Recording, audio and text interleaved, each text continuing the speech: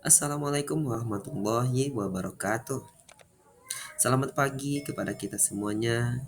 Bagaimana kabarnya hari ini? Apakah anak-anak Bapak dalam keadaan sehat walafiat? Nah, mudah-mudahan kita semuanya berada dalam keadaan sehat walafiat. Dan jangan lupa kita perlu bersyukur atas segala nikmat yang telah diberikan Allah kepada kita bersama. Anak-anak Bapak, pada hari ini kita kembali untuk mempelajari materi pada pelajaran pendidikan agama Islam. Nah, pada kali ini kita akan membahas tentang kisah hijrah Nabi Muhammad periode Mekah.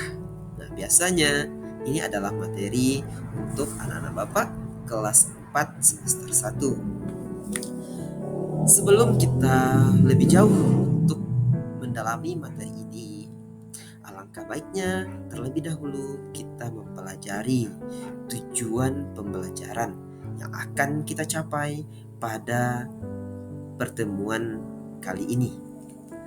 Anak-anak Bapak semuanya, ada 3 tujuan pembelajaran yang akan kita capai pada pembahasan kisah hijrah Nabi Muhammad ke Madinah. Apa yang tujuan yang pertama? Yang pertama adalah anak-anak Bapak mampu menjelaskan sebab-sebab Nabi Muhammad Shallallahu Alaihi Wasallam hijrah ke Madinah. Dan tujuan pembelajaran yang kedua adalah anak-anak Bapak semuanya mampu menceritakan bagaimana kisah peristiwa hijrah Nabi Muhammad Shallallahu Alaihi Wasallam ke Madinah. Dan yang ketiga, tujuan pembelajaran kita adalah menjelaskan hikmah kisah di balik perjalanan Nabi Muhammad menuju ke Madinah. Oleh karena itu, apakah anak-anak Bapak semuanya sudah siap untuk menyaksikan materi yang akan Bapak sampaikan hari ini? Nah, jika sudah siap, maka kita akan lanjut kepada pokok pembahasan yang pertama. Sebelum kita lebih jauh mengenal bagaimana sebab-sebabnya Nabi Muhammad untuk hijrah dari Mekah ke Madinah, perlu kita untuk mengerti sebenarnya apa makna dari hijrah tersebut. Nah, hijrah merupakan kata dari bahasa Arab yang berarti meninggalkan atau memutuskan. Hijrah juga berarti diartikan sebagai berpindah tempat dari satu titik ke titik yang lain. Nah, yang dimaksud dengan hijrah yang dilakukan oleh Nabi Muhammad SAW adalah perubahan dari keadaan yang tidak aman dan lemah di kota Mekah menuju keadaan yang aman dan kuat, yakni ke kota Madinah. Nah, itulah pengertian dari hijrah Nabi Muhammad dari Mekah ke Madinah, yaitu berpindahnya Nabi Muhammad dari kota Mekah menuju ke Madinah, yaitu ke tempat yang lebih aman dan dinantikan oleh penduduk di sana. Kita masuk kepada tujuan pembelajaran yang pertama tadi, yaitunya sebab-sebab hijrah ke Madinah.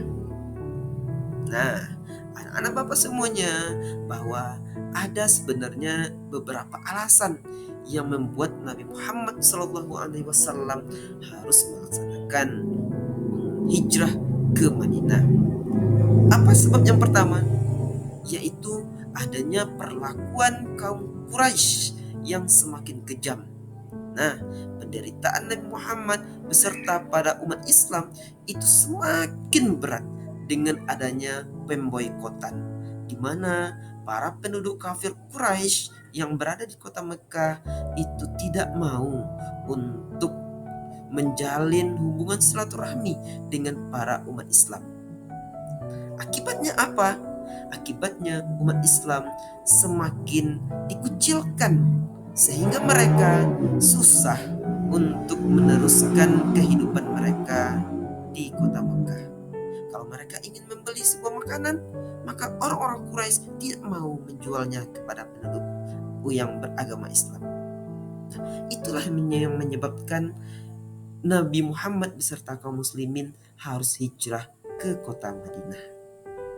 Nah, yang kedua apa? Apakah Nabi Muhammad langsung hijrah begitu saja? Tidak. Ada perintah untuk berhijrah. Nah, inilah yang menyebabkan hijrahnya Nabi Muhammad dari kota Mekah menuju ke Madinah. Yakni Allah telah menurunkan wahyu agar Rasulullah berhijrah. Yaitu dalam apa? Dalam surat An-Nisa ayat 100 yang berbunyi, A'udzu billahi minasyaitonir rajim. Bismillahirrahmanirrahim. Wa man yuhajir fi sabilillahi yajid fil ardi muragaman katsiran wa sa'ah. Wa man yakhruj min baitihi muhajiran ila Allahi wa rasulihi thumma yudrikuhul mautu faqad waqa'a ajruhu 'ala Allah wa kana Allahu ghafuran rahima. Sadaqallahul azim. Artinya, siapa yang berhijrah di jalan Allah niscaya akan mendapatkan di bumi ini tempat hijrah yang banyak dan kelapangan rezeki dan hidup. Siapa yang keluar dari rumahnya untuk berhijrah karena Allah dan Rasulnya, kemudian meninggal sebelum sampai ke tempat tujuan, sungguh pahalanya telah ditetapkan di sisi Allah. Allah Maha Pengampun lagi Maha Penyayang.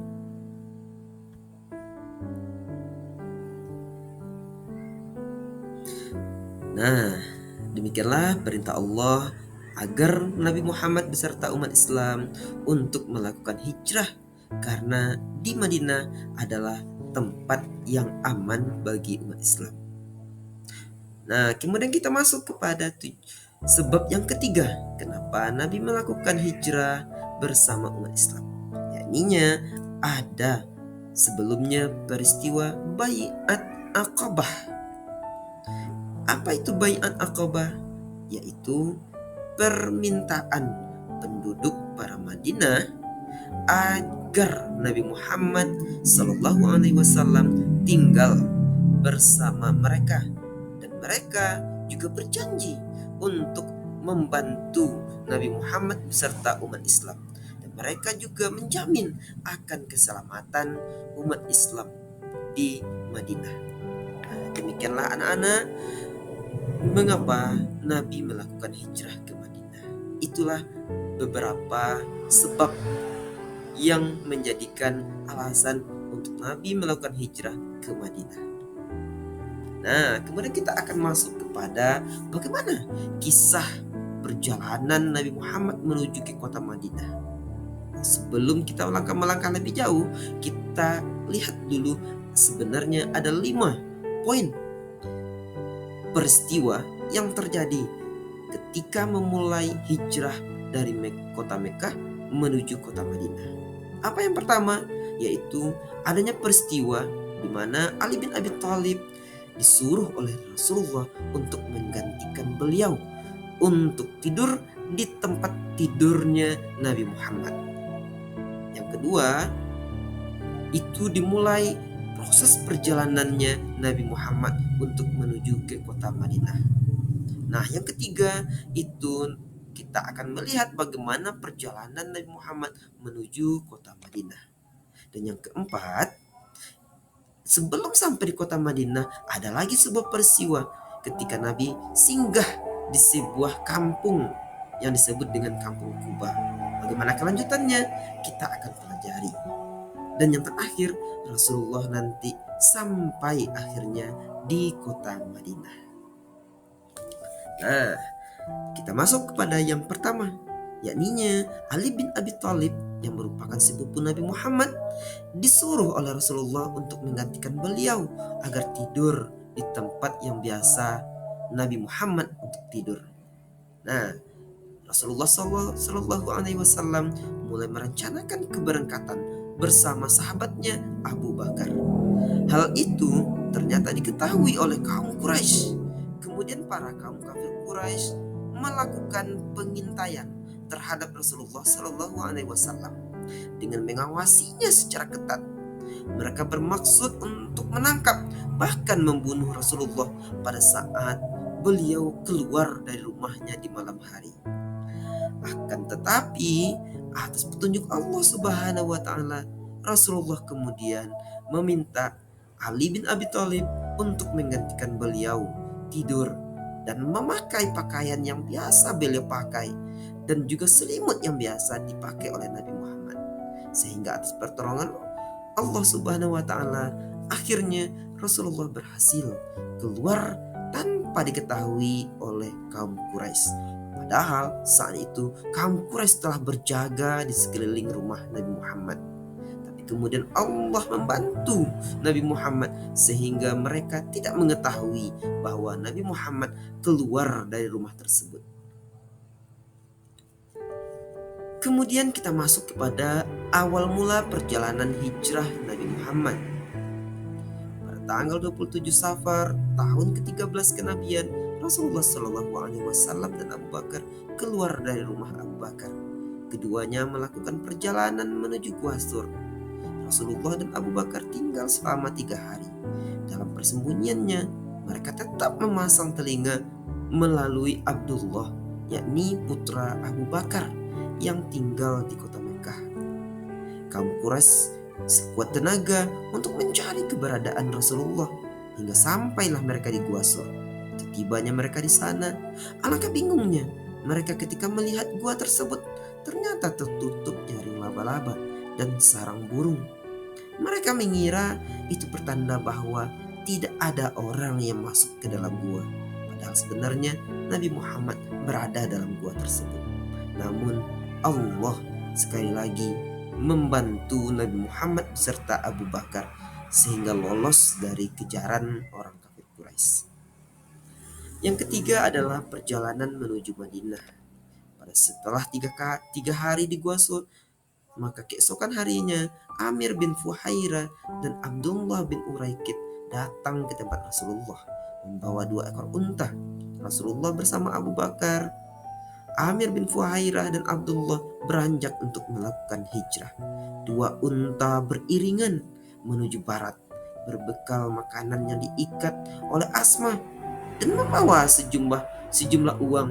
Mereka berjalan menuju jalur yang jarang dilalui manusia. Dalam perjalanannya, Rasulullah Shallallahu Alaihi Wasallam bertemu dengan beberapa orang, termasuk Suraqah yang merupakan seorang pemuda yang berniat hendak menangkap Nabi Muhammad. Namun unta yang ditunggangi oleh Suraqah ternyata tiba-tiba terjatuh dan terjungkal hingga beberapa kali. Hingga akhirnya Suraqah sadar bahwa yang dikejar oleh dia ternyata bukanlah orang sembarangan. Dan ketika itu Suraqah akhirnya menghampiri Rasulullah dan berniat untuk masuk ke dalam ajaran agama Islam. Kemudian yang keempat, ketika Rasulullah telah sampai di persinggahan di sebuah kampung yang disebut dengan Kampung Kuba, Nabi Muhammad beserta Abu Bakar singgah di kampung tersebut. Lalu beliau mendirikan masjid di atas tanah milik Kulsum, sekarang masjid itu dikenal dengan Masjid Kuba. Beliau singgah di sana selama 4 hari. Lalu selanjutnya mereka meneruskan perjalanan ke Madinah. Nah, itulah masjid pertama yang juga dibangun oleh Nabi sebelum Nabi Muhammad sampai ke kota Madinah. Kemudian yang kelima, Rasulullah tiba di kota Madinah. Rasulullah tiba di kota Madinah yang sebelumnya bernama kota Yastrib pada hari Jumat tahun ke-13 kenabian. Para penduduk Yastrib atau Madinah menyambut kedatangan Rasulullah SAW dengan riang gembira, dengan menendangkan syair dan lagu-lagu sebagai tanda cinta kepada Rasulullah. Kehadiran Rasulullah pun langsung berupaya untuk membina kehidupan kaum muslimin di kota Yastrib tersebut. Orang-orang yang ikut berpindah dari kota Mekah kepada kota Madinah maka kemudian dikenal dengan kaum muhajirin. Sedangkan orang-orang Madinah yang telah menunggu kedatangan Rasulullah kemudian dikenal dengan kaum Ansor. Anak-anak Bapak, demikianlah bagaimana kisah Rasulullah sampai ke kota Madinah. Maka sebelum kita mengakhiri, kita ambil hikmah dari hijrah Rasulullah ke kota Madinah. Apa hikmah yang bisa kita ambil? Setidaknya ada 4 poin. Yang pertama, hendaklah kita selalu berusaha untuk mengubah kemungkaran sekuat tenaga kita. Namun jika kita tidak mampu, maka hendaklah kita meninggalkan tempat kemungkaran itu. Berpindahlah kita ke tempat yang lebih aman. Yang kedua, betapa rapinya Rasulullah dalam merancang dan membuat sebuah program dakwah, di mana beliau dengan sabar untuk berdakwah di kota Mekah. Beliau tidak serta-merta untuk meninggalkan kota Mekah tanpa adanya perintah dari Allah. Beliau menunggu perintah dari Allah, kemudian juga berdoa kepada Allah agar diselamatkan selama dalam perjalanan. Yang ketiga, hikmah dari hijrah ke kota Madinah ini adalah kita bisa melihat bagaimana luar biasanya usaha yang dilakukan oleh Rasulullah untuk selalu mencoba berbagai cara dalam berdakwah, dalam menciarkan ajaran agama Islam. Di sanalah kita dapat mengambil hijrah dan mengambil hikmah bahwa Rasulullah tidak pernah berputus asa. Beliau selalu untuk menyampaikan dakwah dengan sekuat tenaga tanpa rasa berkeluh kesah. Dan yang terakhir, hikmah dari hijrah tersebut adalah sebagai pemimpin, seorang Rasulullah sebagai sangat memikirkan masyarakatnya. Segala cara beliau usahakan agar para masyarakat atau umat Islam serta para sahabat tidak disiksa secara terus-menerus dan diprovokasi oleh penduduk Quraisy, sehingga Rasulullah kemudian melaksanakan hijrah bersama para umat Islam menuju kota Madinah. Sampai di kota Madinah lah akhirnya Rasulullah SAW menyebarkan kembali bagi dakwahnya untuk mengembangkan ajaran Islam di kota Madinah. Nah, anak-anak Bapak semuanya, demikianlah penyampaian materi pada hari ini. Semoga anak-anak Bapak bisa mengambil ibrah dan manfaat dari materi yang telah Bapak sampaikan. Nah, akhir kata, Bapak ucapkan terima kasih banyak telah menyaksikan tayangan ini dan semoga bermanfaat untuk anak-anak Bapak semuanya serta para pemirsa yang telah menyaksikan tayangan video ini. Sekian, terima kasih. Wassalamualaikum warahmatullahi wabarakatuh.